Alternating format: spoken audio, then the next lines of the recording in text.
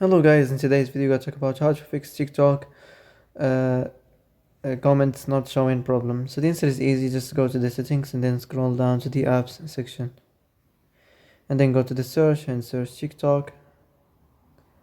And then go to the storage and here you will find this clear cache option, click on it. Or you can go check it if it worked. If it didn't, you can try to restart your phone or turn the Wi-Fi off and on or the Bluetooth or the airplane mode. Also, you can try to clear data, but be careful. If you clear data, all the TikTok's data will be deleted. This includes all files, the settings, the accounts, the databases, etc. So be careful if you wanna clear your data.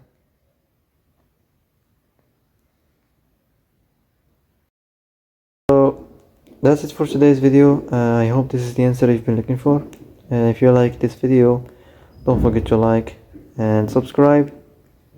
And see you in the next video.